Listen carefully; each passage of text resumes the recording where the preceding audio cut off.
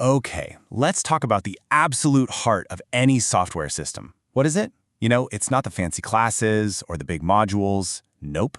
It's the simple, humble function. They're the verbs in our code, right?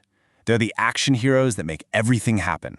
And we write them constantly, every single day.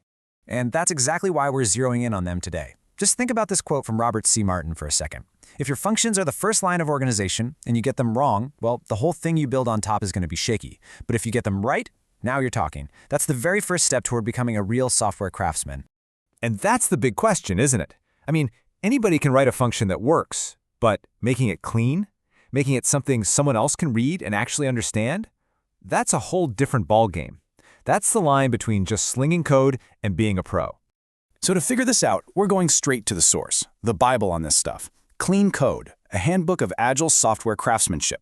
This book is legendary for a reason, and today we're going to break down its core wisdom on how to master the art of the function. All right, let's dive into the rules. And the very first one, honestly, the most important one, might not be what you expect. It's got nothing to do with some super complex algorithm. It's just about one thing: size. I just love this quote because there's no wiggle room, right? It's not a suggestion, it's a command.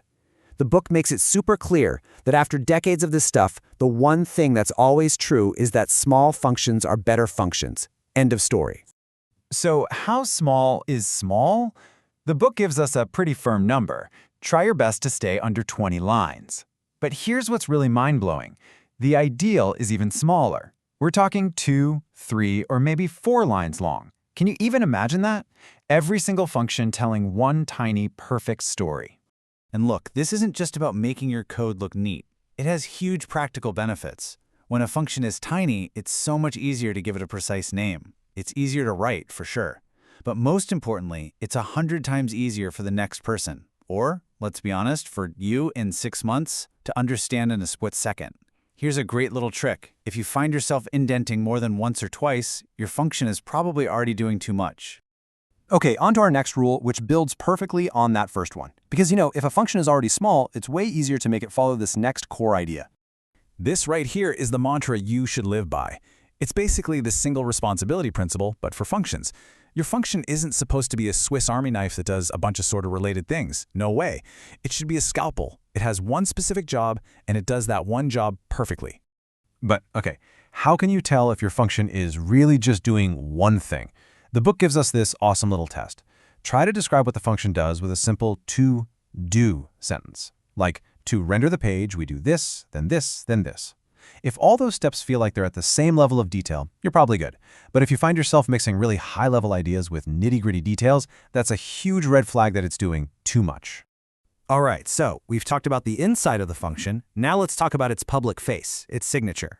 A clean function absolutely has to have a clean, simple interface. Wow, that's a powerful way to put it, isn't it? A side effect is basically a lie because your function is doing something sneaky behind the scenes. It's changing something outside of its own little world, like a global variable, without telling you. You call a function named checkPassword, and you think that's all it does. But secretly, it's also starting up a session. That hidden behavior, that lie, is what creates the most confusing and terrible bugs. And when we're talking about the function's interface, let's talk arguments. The rule is dead simple. Less is more. The best number of arguments for a function is 0. 1 is also fantastic. 2, okay, that could be fine, like for a point with x and y coordinates. But 3, once you hit 3 arguments, alarm bells should be going off. It makes your function harder to test, and it's a huge sign that your function is trying to do too many things. You're almost always better off bundling those arguments into a single object. And here's another key principle to avoid these kinds of lies: command-query separation. Basically, your function should either be a command that changes something in the system, or it should be a query that asks for information.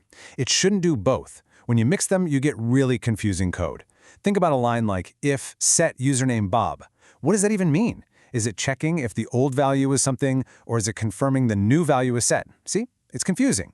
Keep them separate, and your code becomes way easier to reason about.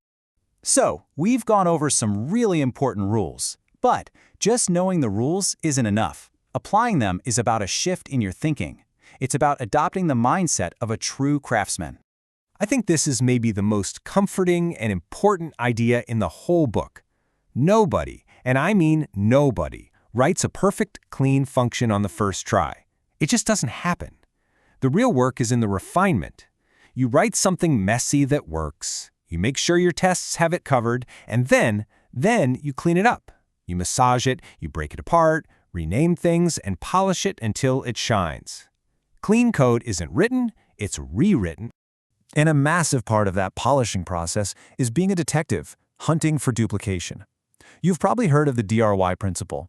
Don't repeat yourself. It is absolutely fundamental. Every single time you see copy-pasted code, you're looking at an idea that's screaming to be pulled out into its own function. Getting rid of duplication is how you make your software strong and easy to change. And that brings us to the final rule, the one that ties everything together and keeps a project clean for the long haul. It's not just about what you write today, it's about how you maintain it forever. This is the Boy Scout rule, and it's brilliant. It means every time you open a file, you make one tiny little improvement. It could be as simple as renaming a variable to be clearer, or breaking up a function that's just a little too long. If every single person on a team does this just a little bit every day, the code doesn't get worse over time. It actually gets better. It turns quality into a shared habit. So the real challenge now isn't just knowing all this stuff, it's about putting it to work. Think about the code you're going to touch today. What's one function, just one, that you can leave a little bit cleaner than how you found it? Because that small act, when you repeat it over and over, that's where true craftsmanship really begins.